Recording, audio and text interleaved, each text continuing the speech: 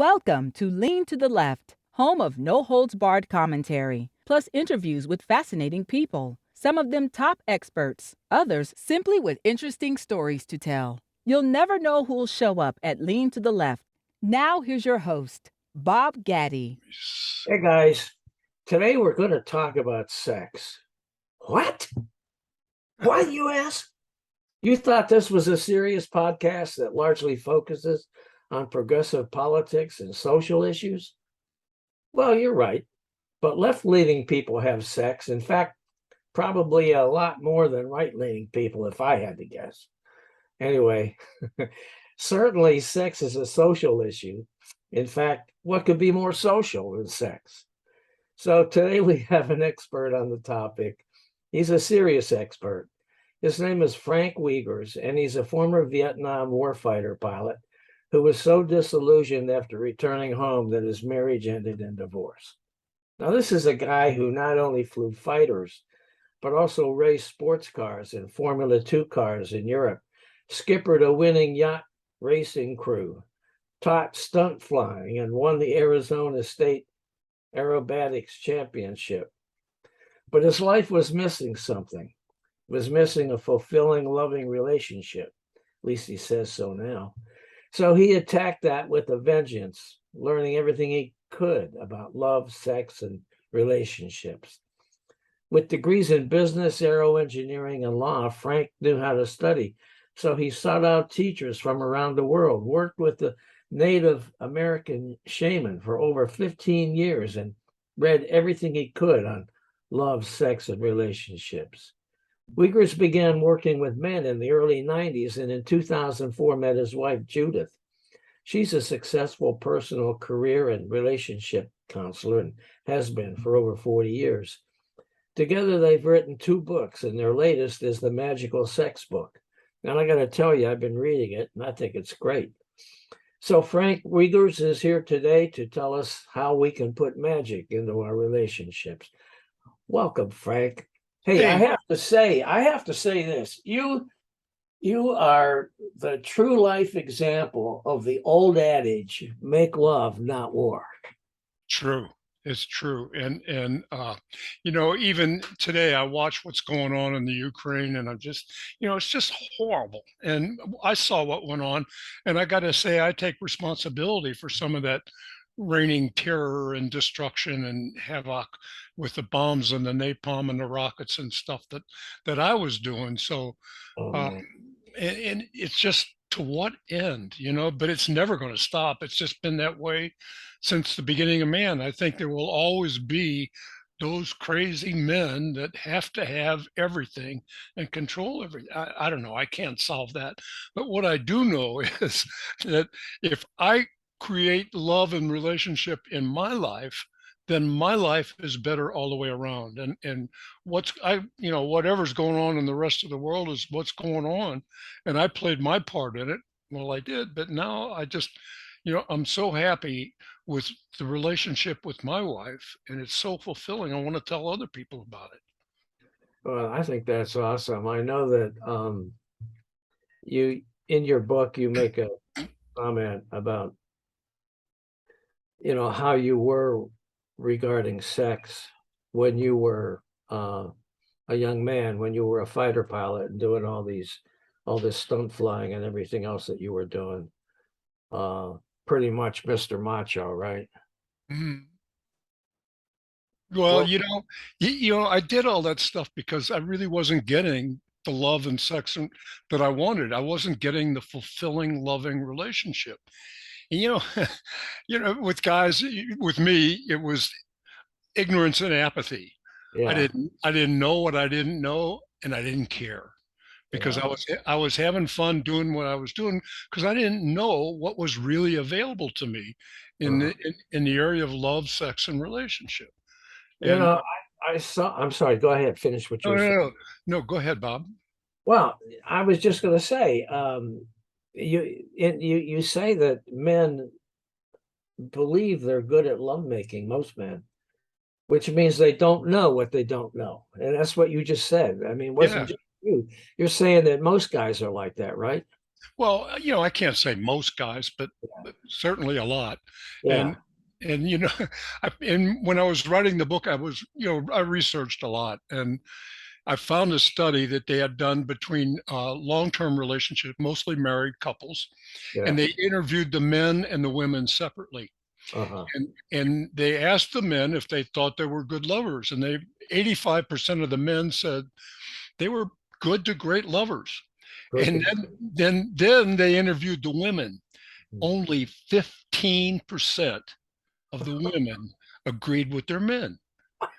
Now, now what's that? What's that tell us? It tells us two things.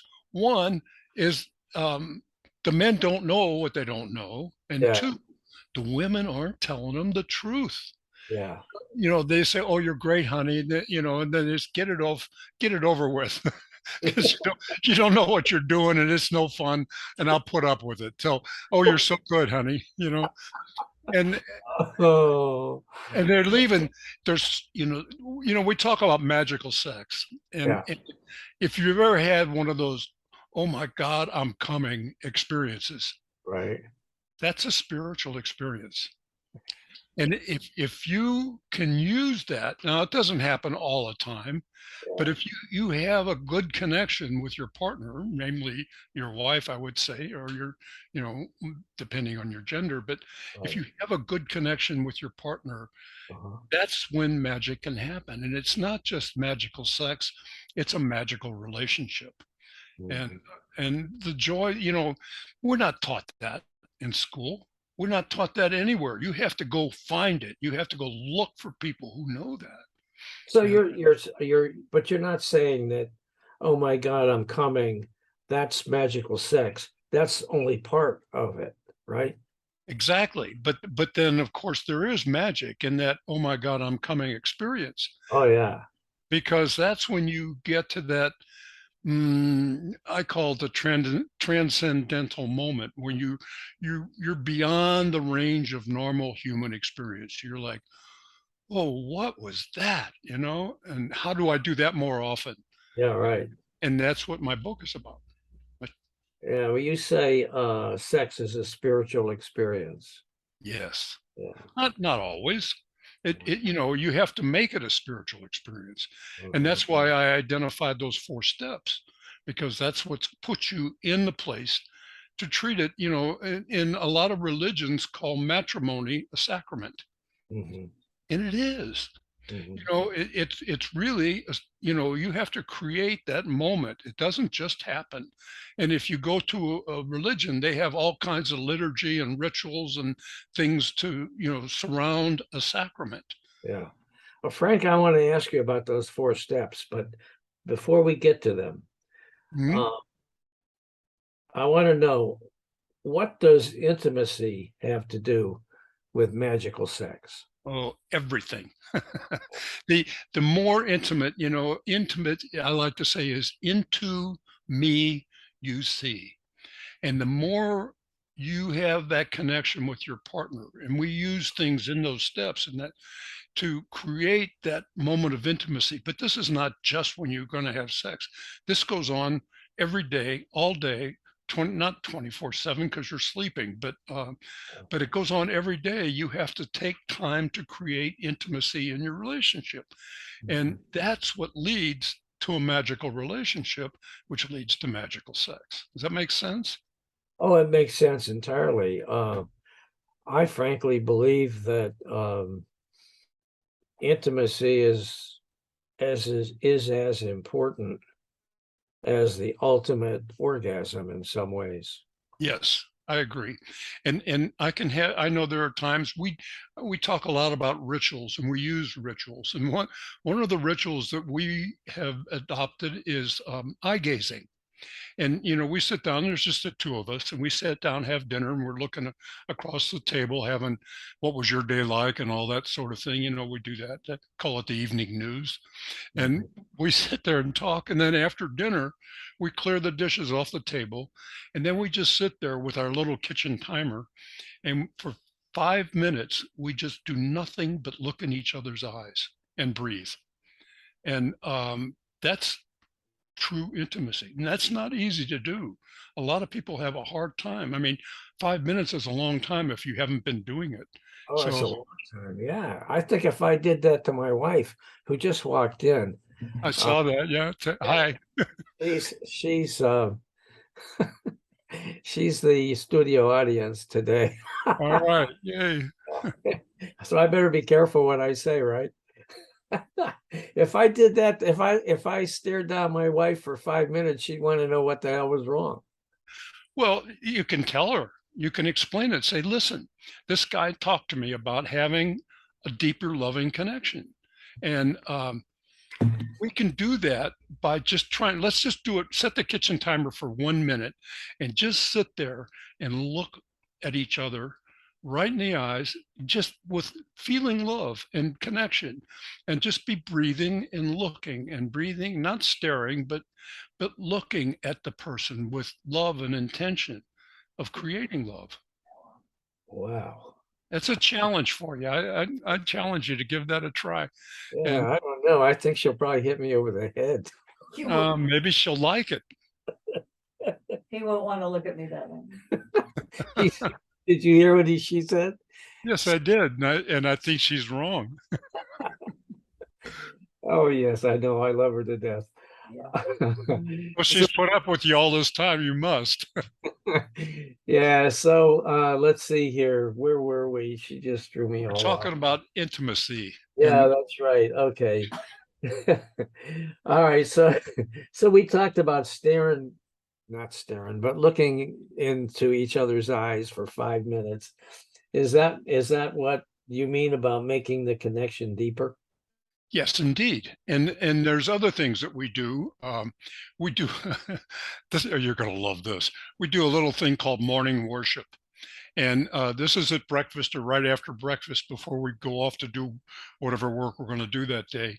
And we just sit there and say, you know what? I really love you.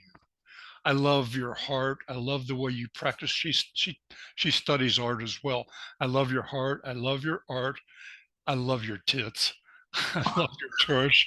And I love the way you approach life. And you're so beautiful. I love you. And I'll do it. Takes what did it take me? 10, 15 seconds to say that. And then she'll repeat back to me that she loves me and she loves my masculine energy. She loves the way I take care of things around the house and keep it. I'm handyman. So Well, you know what? That's really great because I have to tell you, the other day we had a toilet that was making this big growling noise. mhm. Okay, and it growled and growled every time you flushed it. It was worse than the time before. And if you get up in the middle of the night, which I do often to do my, peeing, uh, then the damn thing does it in the middle of the night and goes on and on and on and wakes her up. And so finally I decided, okay, well, I got to fix this thing. So I went on YouTube and I took a little course on how to fix a growling toilet. Mhm. So I went to Lowe's and I bought the gizmo that you put in the back of the toilet. Mhm. Replaced that is a scientific term, gizmo. Right. Yeah, and and I'm so an engineer. I understand that. I speak engineering. right, and so I replaced that thing, and it works, and it doesn't growl now. Awesome. But do I get credit? No. She just flushes the thing and leaves and says it's and is happy. But she never one time said, "Oh, honey, what a great job you did on the fixing the toilet. You must, you could be a plumber." No, I didn't get any of that. Well, you have to ask for it, really. I have to ask. Say, honey, did you honestly, you do. You have to say, honey, did you notice that I fixed the toilet and it doesn't growl anymore? Of course, the other solution is don't flush at night. Well, you could do that too, but it didn't take much. I mean, it was, but I was very proud because I am not a handy person, and everyone who knows me knows that. But I was very pleased that I was able to do that, and it worked. And I told the guy at Lowe's that if it worked, I was going to apply for my plumber's license. And he thought I was serious, and he started telling me all these steps that I had to take. A lot Right. like your 4 steps. Now tell me, let's get back to you and your book. What are the 4 steps that are important here to have magical sex? Great. The first step, well, I'll go through them and then we'll talk about them. The first step is pre-play. The Okay, second one is foreplay. Most people know what that is, whether they do it or not. The right, third step is the play. That's either oral or intercourse. And the right. last step is afterplay, which Okay, some people do and some people don't, but there's magic in all, especially in the combination. okay, And so most people know about foreplay and the play, so we won't talk much about that. But pre-play is what sets the stage for magical sex.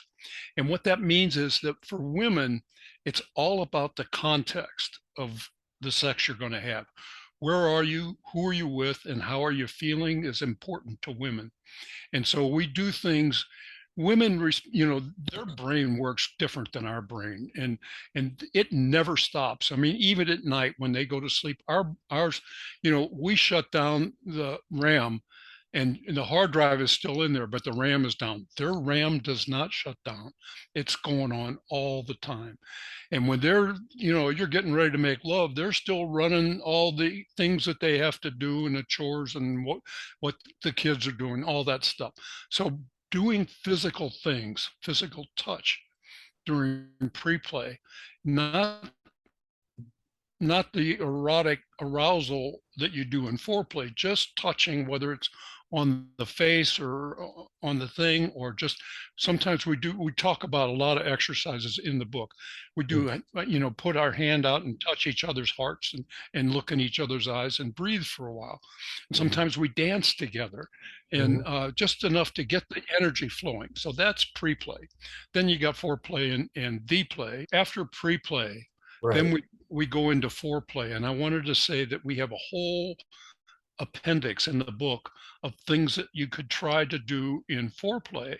And you could read those with your partner or with your woman and say, do you like this? Do you like that? You don't like this? Do you like that? And then do those things. Okay, And then the play is the one of the cool elements here is she comes first. So you make sure that she has her orgasm before you, I'm speaking to guys here, have your orgasm. And right. then here's the big thing on afterplay. Afterplay is what you do after you've had intercourse and you're all done. And most guys, both men and women get a huge dose of oxytocin. That's the bonding hormone. Right. And so it makes you bond together even more deeply. The Okay. trouble with guys is they also get a shot of testosterone, and the Okay. testosterone blocks the oxytocin. So Okay. guys are saying, okay, what's next? What do we got to eat? What's on TV? I want to have a drink, whatever, and they're up and out of there. But if you take even 10 minutes just to hold each other after you've had that amazing, wonderful orgasmic connection, you can really deepen the connection. And then that's when you can do magical sex. Now you say, Matt, what are you kidding me? What is that? Well, that's when you combine the sexual energy that you just created with the energy of your thoughts. And you think of what it is you're trying to manifest and what you want to have happen in your life right after the moment of orgasm. And you can do this in the afterplay. And the good news is that gives a lot more power to your thoughts, because sex is energy, obviously. Thoughts have energy. We know that. So if you combine the two of them, it's like adding rockets to your thoughts. And if you're both having the same thought, that's double. And believe me, we've manifested money, we've manifested cars, all kinds of stuff just by using this sex magic. So that's the story on the four. Okay, I buy all that. I think that's right on the money. And I also buy the part about guys, okay, we're done. Yes. That was good. Yeah, that was, yeah, Next. yeah. You don't even say thanks. Yeah, that's right. Oh man. It's a wonder that when we do that, that our partners will, have us back again. It's true. And oftentimes they don't, Yeah, you I'm know. telling you. And- Okay. yeah. All right. So now should a woman coach her male partner? Oh yeah, absolutely. And that's really hard. It's hard for women to talk about what they want. Yeah. And and guys, you almost have to, like you wanted to have an acknowledgement and a compliment for your plumbing expertise. Well, you'd like to have that. Guys would like to have that for their sexual performance too. But what if the sexual performance is lacking? Yeah, So right. what do you do? And it's very tricky, and women are very reluctant to do that because our male egos, make us think that we are the greatest lover. And when she says something, I know I was this way. Well, other women have liked that. I used to do that. I have a lot of women like the way I do that. The bad news with that is that every woman's different. And Uh-huh. guys think because they learn something with one woman, it's going to work on the next. That's Mm, just not so. mm, Because there's 9 nerves that go down into the pelvis in both men and women, and they go to different places in different people.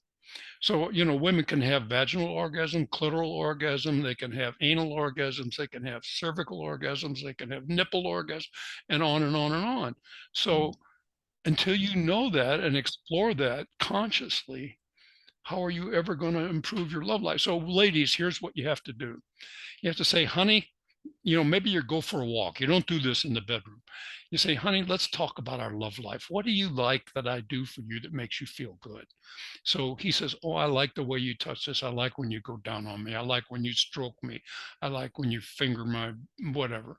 And so she gets him talking about what he likes.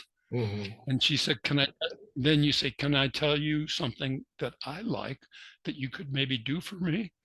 And so that's the way to open up that conversation, because Yeah. it's not easy for women to ask, and it's not easy for guys to listen. And then when she does something, and when she says, could you try doing this for me? And maybe it's a certain way she likes to be touched. And when he does do that, then you say, oh, honey, that's great. Could you move it just a little to the left or Mhm. down a little bit or a little bit softer? Or a little bit harder, or a little bit faster, a little bit slower, whatever. So Mhm. that's the way you coach them. And then you say, oh, that's great. Thank you, thank you, thank you. That kind of, and you keep that up. And pretty soon he gets the habit because now he's been acknowledged for doing what she asked him to do. And it takes kind of a mutual effort to do this. I mean, you have to both be in agreement that you want to experiment and you want to see what else have you got going. This doesn't cost anything. Right. And if you can have a great time together, then like I said, I'm 87 years old. I don't know. It's not easy for me to keep it up and keep it going in and out. I can't do it like porn stars. I mean, I don't want to either, but I want to be able to have that intimate connection with her, and just to touch her body and have her touch my body is a Right. very sensuous and erotic experience. And I don't necessarily even have to have an orgasm to have a really great time. Oh, I But of have course, to agree. I agree with that 100%. Totally. I also feel like, you said that every woman is different, and so you have to adjust. But as you get older, things change, oh yeah, and how you feel about certain things change. Is that correct? absolutely. Yeah. And so as as you get to be closer to your age and my age, I'm 79. Um, uh, things are different than they were, you know, 10, 20 years ago. And things you like have changed, things that work have changed, things that don't work have changed. and so on. Can you talk about that a little bit? Oh, yes. And thanks for asking. That's really important because, taking the time, especially as we age, we don't have the desire. Sometimes, we could go for weeks without even thinking about sex. Mhm. And whereas, in our 20s and 30s, we couldn't think of anything else. Right. And now, um, the way around that is, here's the key word: desire follows arousal. So if you do things that will help arouse you sexually, and this works for women and men both, Mhm. then once you get aroused, the desire will show up. Yeah. And it's all about touching and caressing and kissing and intimacy. I can't say that. And the intimacy is really the key. It's the connection that makes the magic. And so, I mean, there are a lot of things you can do with hormone replacement in the women. There's a whole chapter on sex after 50 in our book, the Magical Sex Book. And I mean, women can do hormone replacement therapy. Men can. I do testosterone replacement therapy. So that keeps me stronger, more alive, and more able to function without putting the little blue pill in or whatever, So, it just takes some time, and there's a lot of coaching and practices you can do in the book in our chapter on sex after Let's 50. talk a little bit about that testosterone replacement therapy for guys our age. Is that something that you needed to go to a doctor and get a Yes, prescription for? yes, You yes. don't just buy testosterone. It's like any drug. It's a controlled substance, and you have to have a special prescription. I get it by injection because my doctor said if you buy the creams or the I don't know, there's some things they can put in your skin. He said Uh, that the creams will lose it after a while, and I don't know why he didn't want it. He said the best way is just to get an injection, and I mean it's not much, like a half a cc every 2 weeks. uh, And my wife, I fix up the needle, and she pokes me in the butt cheek and puts it in there. And I mean, uh, it's just a little poke with the needle, and then after that, I mean, I'm doing push-ups and pull-ups that I never was able to do before I started this. oh, So good for you. yeah, it's really, So really, we're not talking that about. I mean, I've seen in drugstores and places like Costco, um, pills that say testosterone, whatever, with a. So that's not the type of thing you buy, right? no, I never tried any of those. I told my doctor what was going on. He said, Uh, why not just take testosterone directly? yeah, I see. Okay, I got it. I mean, by the time you're in your mid 60s, you're not making much testosterone either. Yeah. And most men, we have another book called so that's why they do that, men, women, and their hormones. And Uh-huh. when men age, they wind up having as much or more estrogen than their female partners. So that's where the Really? belly fat that's so hard to get rid of comes from. Oh, really? No kidding.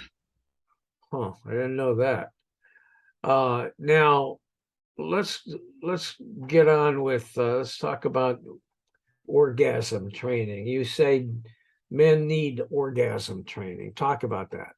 Yeah, it just depends on where a guy is, but most of us, if you grew up in a strict religious household like I did, I mean, you wanted to masturbate, you had to go find someplace that hopefully you wouldn't be discovered, or you did it in the shower as quickly as you could, and that conditions a lot of us, just to get off as fast as we can, so we can relieve that pressure that's driving us crazy. Yeah. So we take that into our relationship and we Uh, wind up getting off really fast. But here's another thing that men don't know. Somewhere between 60 and 80% of women do not orgasm from vaginal penetration. okay. They only orgasm through clitoral stimulation. So Okay. guys, that means if you want to get her off first, you probably have to do oral sex or manually um, massage her clitoris, and you have to ask her specifically how she likes to have that done. and maybe you use a vibrator or whatever. Ask her what she likes to achieve orgasm. Mhm. And when she has orgasms, even especially if she's over 50, she may not be lubricating. And so Mhm. when you go to penetrate her, Mhm. then you really need a lot of lubricant. Otherwise, you can easily tear those really thin now vaginal walls and create an infection. But back to guys and teaching guys how to orgasm. I tell the young guys, I said, you want to sit down and just take at least a half an hour and masturbate right up to the edge of orgasm, but stop before you get to orgasm. And then just bring that sexual energy up into your body and hold it there. And then when your arousal decreases enough, begin to resume stimulation and do that for at least 6 times before, and then you can have an orgasm you want, or you can just keep that sexual energy. And you have to get it up out of your genitals. Excuse me. You have to get it up out of your genitals into your body. And you can do that just with visualization. Say, okay, I'm bringing that sexual energy up into my abdomen, up into my heart, and take that energy out of your testicles, because I know most of us have had that blue ball experience when we were young boys, and we know what that feels like. So, Mhm. so that's one sexual training. The other one, and that helps a lot with premature ejaculation. If Mhm. guys are having problems with that, the secret there is, first of all, make sure that she comes first. And then if you have a premature ejaculation, that doesn't mean you have to stop making love. Mhm. That just means that you've ejaculated, but you can continue to make love, and perhaps it'll come back or not. Yeah. Okay. Do you have any other thoughts that you'd like to impart upon us? Yeah, I do. The whole idea of writing this book, and I've read, I don't know if you can see that library behind me, but every book in there, not every book, but almost all those books are about love, sex, and relationship. Oh, wow. And I studied with Native American shaman. I studied with teachers in India, in Europe, and it's the thing is that we aren't taught this stuff. I mean, they have sex ed in school, but it's how not to get pregnant and how not to get a sexually transmitted infection. And Mhm. they don't talk anything about sexual pleasure. When I Right. tried to advertise this book on Facebook, they said, sorry, we won't let you advertise anything that promotes pleasurable sex. Are you Wow. kidding? Are you kidding me? What do you want me to do? Promote non-pleasurable sex? I mean, come on. That's crazy. So, corporate America, this country is run on corporate profits. And if you're not doing something that's going to lead to corporate profits, there's no training for that. The corporations will train you in all kinds of things, how to get more customers and how to make better products, but Right. they won't train you in how to have a great relationship, because it doesn't do anything for corporate profits. So you have to learn how, and that's why I wrote this book, because it's about magical relationships. Because if you're really having a great time at home, why would you want to be going to the office for 55, 60 hours a week for the same amount of pay? You know what I'm saying? Does that make sense? Absolutely. Now, you guys do coaching, right? Yes, I do. Now, my wife is book solid, so she's not available for coaching anymore, but I do Oh, coach. okay. And you can find that on my website, topgunlove.com. And the reason we call it that is because if, Top Gun pilots are like the best there are, and they never stop studying and practicing to be the best fighter pilot they know how. Okay. What if we did that for our love life? Okay. What if we became top lovers like Okay. Top Guns? And it's not about shooting guns, it's about shooting love. And Yeah. When so my website is topgunlove.com. when And I saw that, I thought, this guy really, he thinks he's something, isn't he? A Top Gun lover. well, I did do that. I was a Top Gun. So And now you're a Top Gun lover, right? that's right. Okay. All right. Well, it's been a pleasure, Frank. I Oh, it learned, has, Bob. I really enjoyed talking with yeah, you. and I'm glad my Couple, wife sitting here listening. I hope I hope she enjoys it too. I hope so too. We'll see. Hey guys, thanks for listening. I hope you enjoyed this Lean to the Left video, and you'll come back on a regular basis and check out our interviews with guests on topics that I hope you find interesting, entertaining, and enlightening. Our audio interviews stream weekly on Mondays, and depending on what's going on, also on Thursdays. And many are also produced as videos like this one. In addition, we provide narrations of much of the commentary published on the Lean to the Left blog, commentary by some excellent writers with perspectives on a whole range of topics. Now you can sign up as a member at leantotheleft.net. And of course, it's all free. Also, let your friends know about this podcast and take a minute to subscribe. Just go to podcast.leantotheleft.net and you can subscribe there. You can also check out the upcoming interview schedule, and you can listen to all of our episodes too. You can also support this podcast by clicking on the Donate tab at the top of the page, where you'll find links to buy me a cup of coffee and also PayPal. Follow us on social media: Facebook at the Lean to the Left Podcast, Twitter at Lean to the Left 1, Instagram at Not Fake News. Now remember, our goal is to be informative and entertaining as we comment on the latest developments in the news. You guessed it, with just a little lean to the left. Now this is Bob Gaddy signing off for Lean to the Left. Thanks for sharing your time with us.